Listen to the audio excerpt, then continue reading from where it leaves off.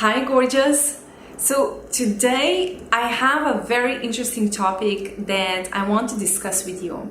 And it's something that is coming up over and over and over again. So let's talk about when you're going to be able to do XYZ after an injury.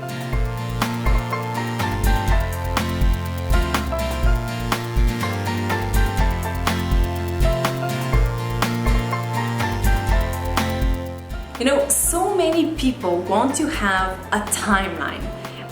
They want to know when will they be able to do XYZ. And this is something that is coming up over and over and over again. And usually it goes something like, I'm 3 or 4 or 5 or 6 months out of the surgery, after the injury. Now, can you please share with me what were you able to do at that time?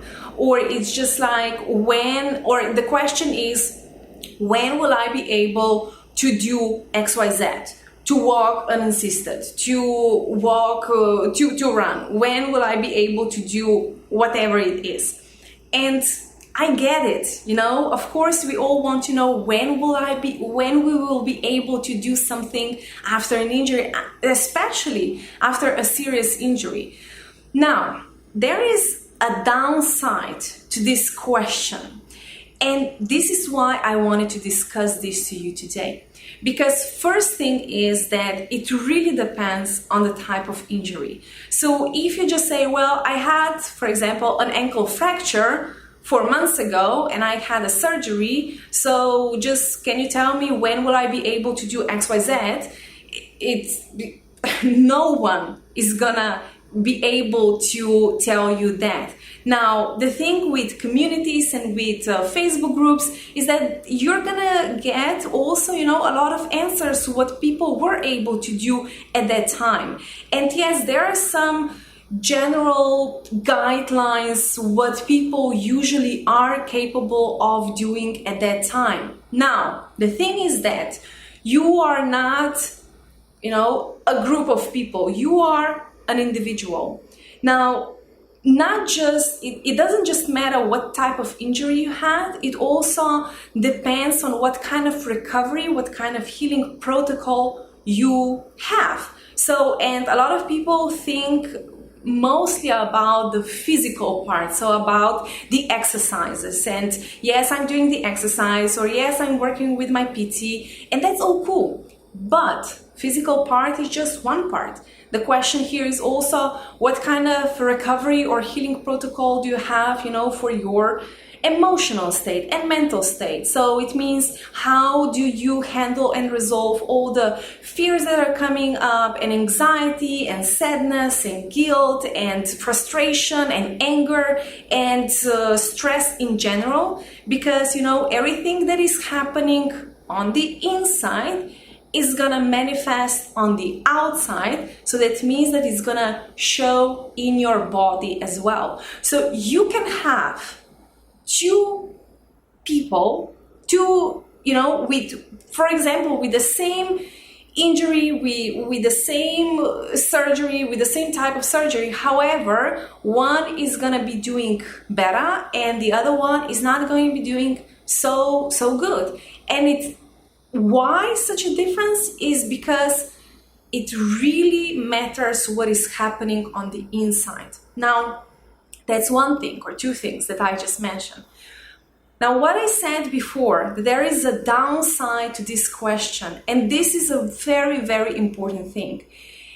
Because I think that there is a danger of asking this question. Because if you ask this in a community, for example, in my Facebook group, Injury Recovery BFFs, yes, you're gonna have, you know, you're gonna get a lot of answers, what people were able to do at that time, and it can give you some sort of perception of what is gonna be happening. But it does not, these answers don't tell you anything about your potential, about what you're capable of. And why I'm saying that it's also a bit dangerous of asking this type of questions and then receiving answers is because very soon we can, we start tuning into other stories, and we also start tuning into our beliefs. So what can actually happen is that their limitations can become your limitations. So, like I said, I get the question. I understand why we all want to know, so when will I be able to do XYZ? Walking, running, whatever it is.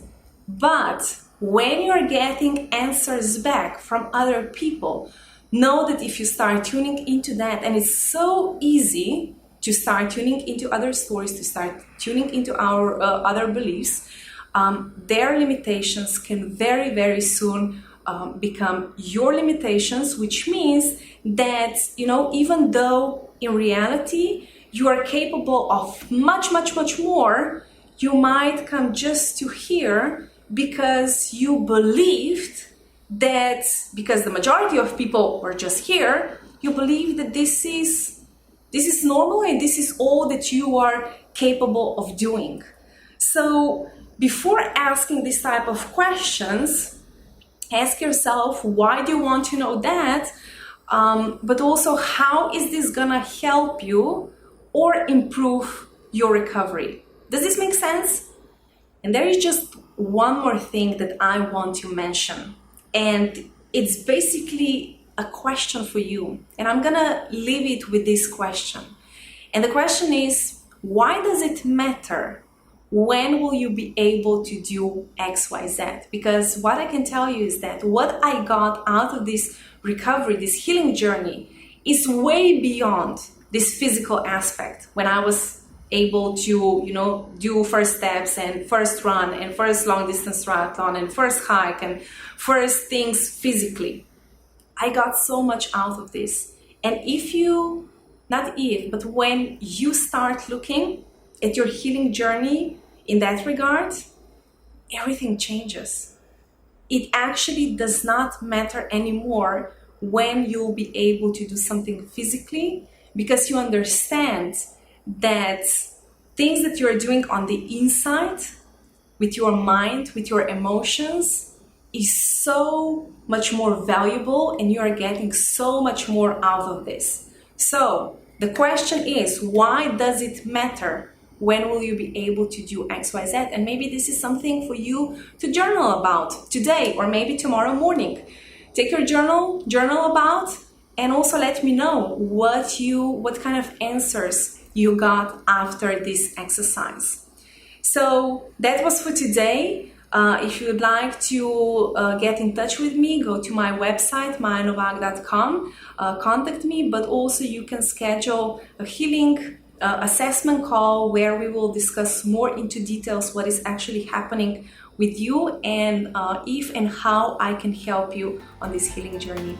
Sending you so much love, and I'll talk to you soon. Bye bye.